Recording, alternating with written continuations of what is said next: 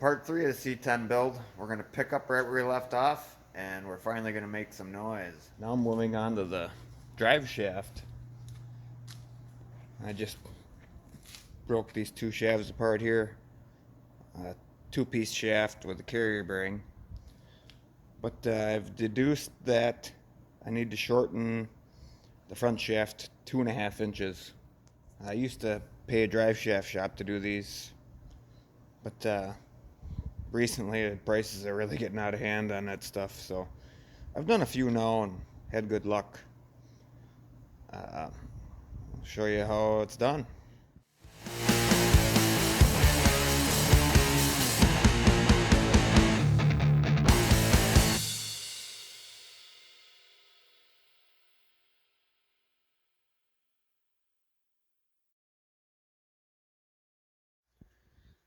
Alright, so I've shaved off the old drive shaft tube and cleaned the old weld off.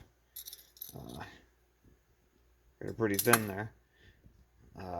What I got to do yet is I'll put a 45-degree bevel on here. Put a nice weld chamfer on it. Got the drive shaft chucked in the lathe here. I put the end yoke on it so I have something to hold on that end. And I cut off about 2 inches here. I've got roughly an 1/8 inch to turn off the end of there to get where I need to be. But I'm right at the end of my stroke here on my lathe. That's all she'll take. But you turn about 1/8 inch off of there. And here's my other piece you did already. Got her cleaned up. Nice weld bevel on there. Get this tube turned back and true. And go from there.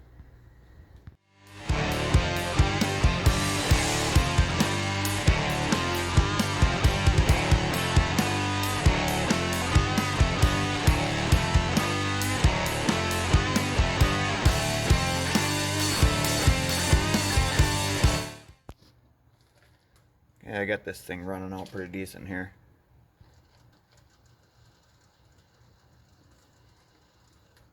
About 2 thou.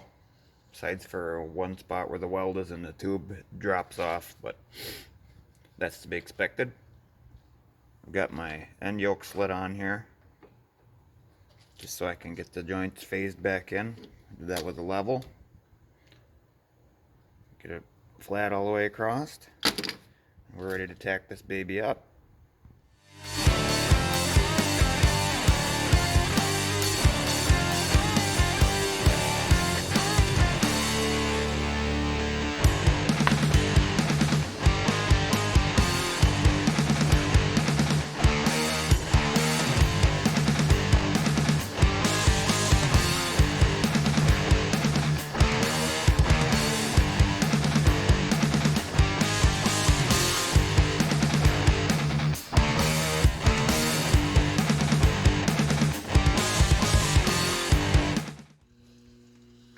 There we have it.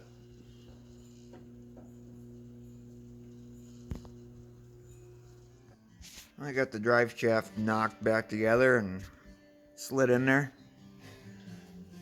She's fitting a little bit better than perfect. Like a glove. On these trailing arm trucks, the drive shaft pivots on the same plane as the suspension, so that slip does not go in and out at all in these trucks. Learned that in a rock crawling game. If you drop your U-joints right at your suspension pivots, your drive shaft slips don't have to do any work. Anyways, that done.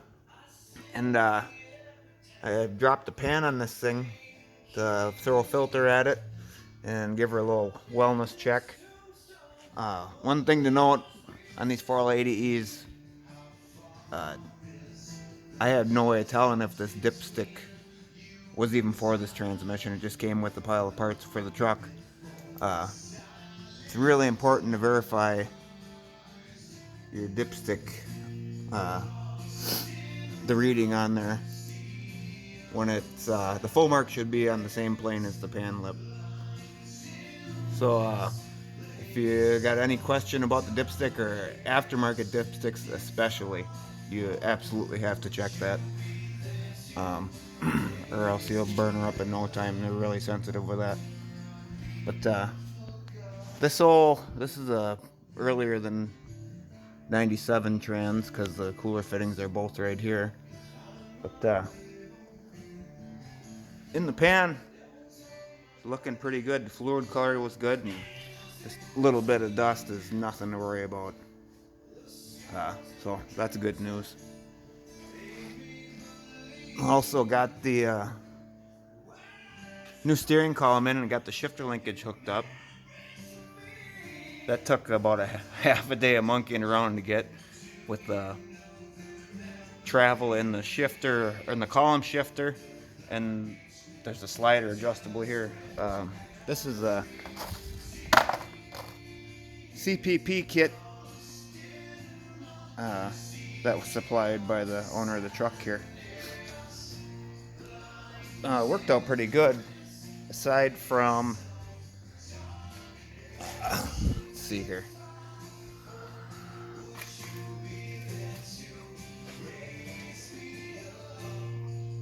So down here I had a female heim on, and this rod is supposed to thread directly into it. Well, as you can see, it's much too short. So I ended up, I had some 1/2-inch aluminum round, and I turned that, basically a tie rod coupler, up on the lathe there quick. And I had a male 5/16 heim in the drawer, so I was able to make that work. Get a little kink in her dink there, get around the firewall and clear the O2 sensor.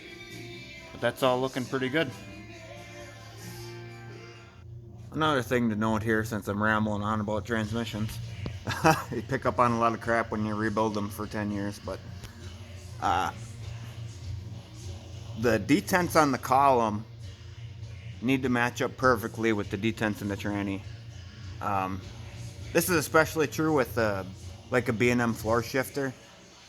If you're hanging it between gears, it'll burn it up in no time. I mean no time. So make sure that you're, dropping all the way in your detents in your transmission, and the detents in your shifter are not holding it halfway between positions. That's why it took me so long screwing around with this so I could get it to sit perfectly, so everything was happy. If this was a Turbo 400 or a 350, I would add a flat washer on this bolt on the spring for the rooster comb, just to give the spring a little bit more tension so it would lock the detent a little harder. Alright, I'll quit rambling about transmissions now. Well, the checklist is getting down there. Pretty much everything buttoned up, but I just have some wiring to do. So I've pulled the harness back off now, and here it is on the floor. This was supplied, it came with the engine, I guess, the owner of the truck. It's a reworked factory harness, it looks like to me. Put together kind of strangely. There's not a lot of room between the ECM plugs and the cam sensor wiring, which is right there, so I gotta be pretty close to the back of the engine with the computer. And a bunch of other sensors are really long and placed strange, and I don't want to open up the can of worms of reworking and reworked harness, so we're gonna piss with the cock we got. I've gone ahead and punched a hole in the firewall there.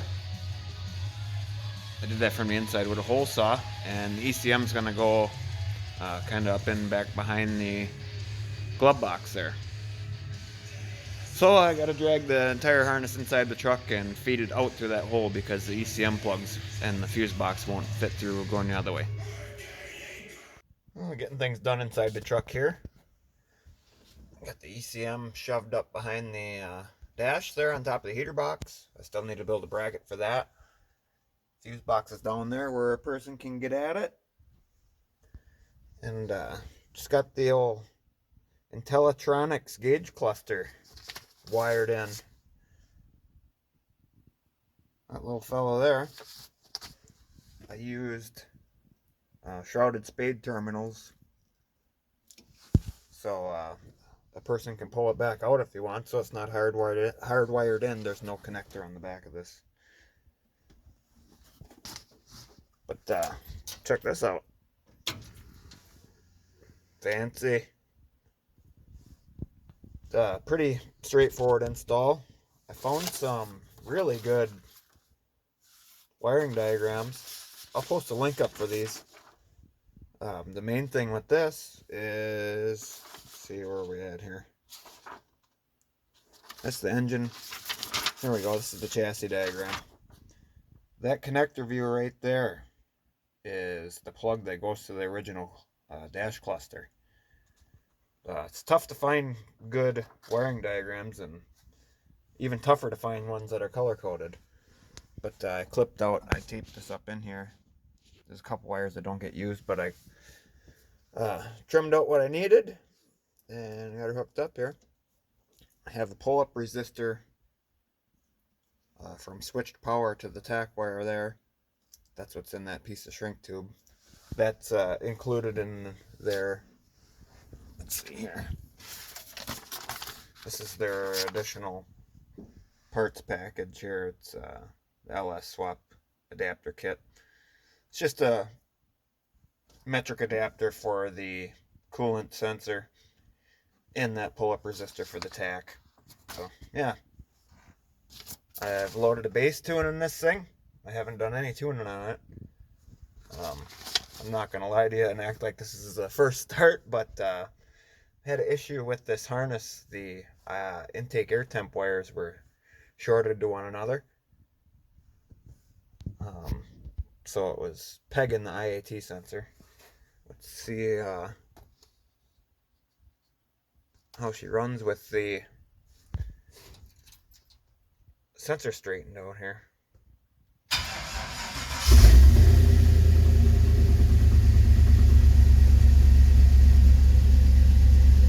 I haven't got the tack wired in yet.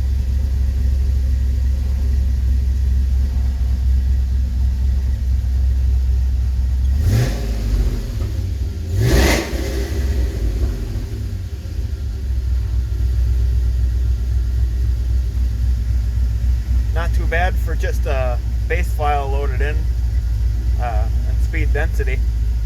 No popping or farting. It's a pretty smooth running engine. I'll also add that I didn't fire this thing until I got the gauges hooked up and working here, for the simple fact of I wanted to see some oil pressure, get this thing primed up before we do a dry start. So I didn't have the plugs put in yet, and I pulled the fuse for the injectors so it's not dumping a bunch of fuel in there, washing her out, and cranked on it for 5-10 seconds and built some oil pressure. Well, we got the last item off our checklist. Tailpipes are on. Pretty tight 90 there to get around the rear diff and duck down before the gas tank, but we got it.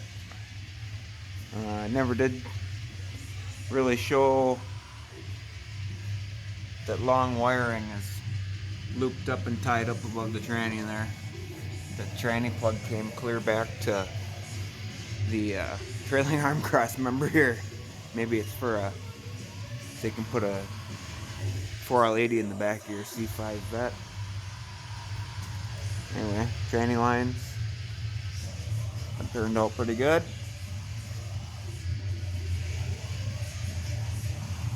Did have to throw a new starter in this thing. The other one looked pretty rough. Anyway, up to a 99 to 06 tranny cooler. Get ready to go take this bugger out for a rip.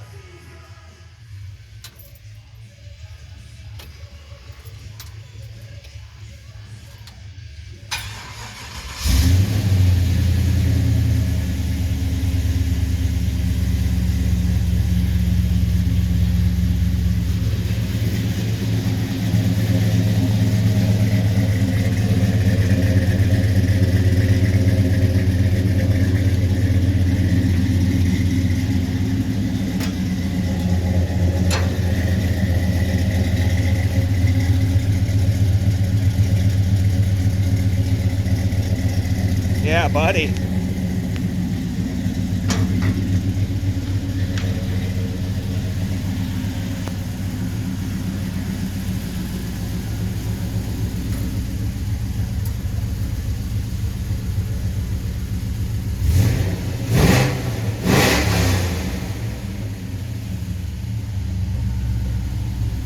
MERICA.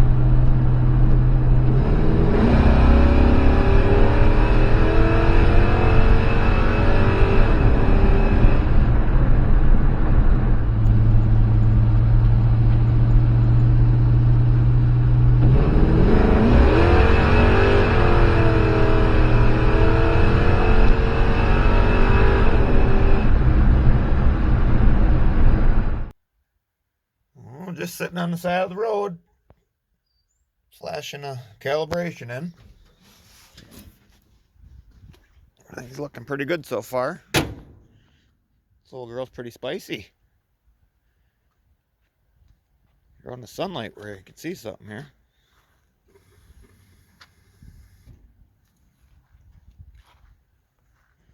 Well, here she is, ready to go home. I'll just do a little overview on the total package here. It's Gen 3 6-liter, aluminum 317 heads. We put a Pro LS Stage 2 cam in it. And it's got a 4L80E behind this. Retain the mechanical fan there. Injectors are 50 pound per hour. I guess the LS3 style injector. Speed Engineering long tubes, and their plug wires you have to run. That one there's close, but not too close. There's one over here that's, yeah, that one's tucked in behind.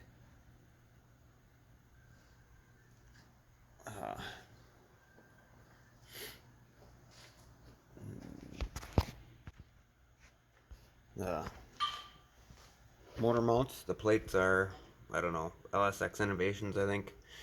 But they're pretty much all the same. IC2 Billet sells them. The engine mounts themselves on the frame are a Summit part. In the first video, I showed the details and the part number on that. Worked out really well. I like them. I think the next update for this truck needs to be some power brakes, because she's a handful to get stopped. But it's like eating an elephant, one bite at a time. This thing's tuned in speed density, no mass air. It's kind of the way the harness was wired when I got it, so I stuck with it. Tuning went pretty well. Inside the truck here, ECM's mounted right there. Fuse box is down there.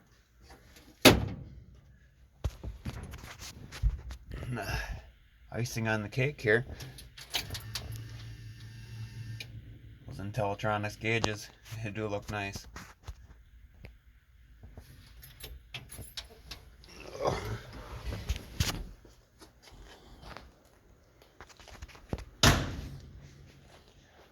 go back.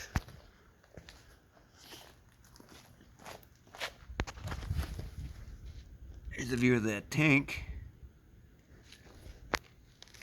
50 Chevy passenger car tank. It's tucked up in there nicely.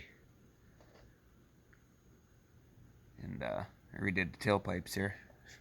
It was just dumping underneath the bed before I shot him out the corner here.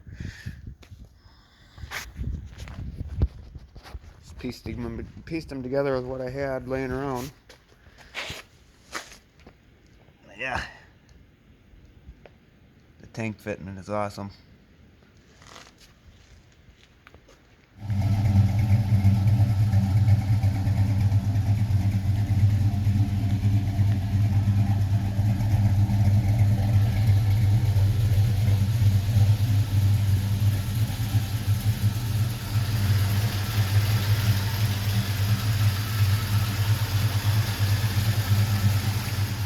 Well, thanks for watching, and Jake, I hope you enjoy that truck as much as I did in the 60 miles I got to put on it. And if y'all aren't subscribed, you might want to. We got something freaking cool coming up next. With a struggle a lifetime, what would my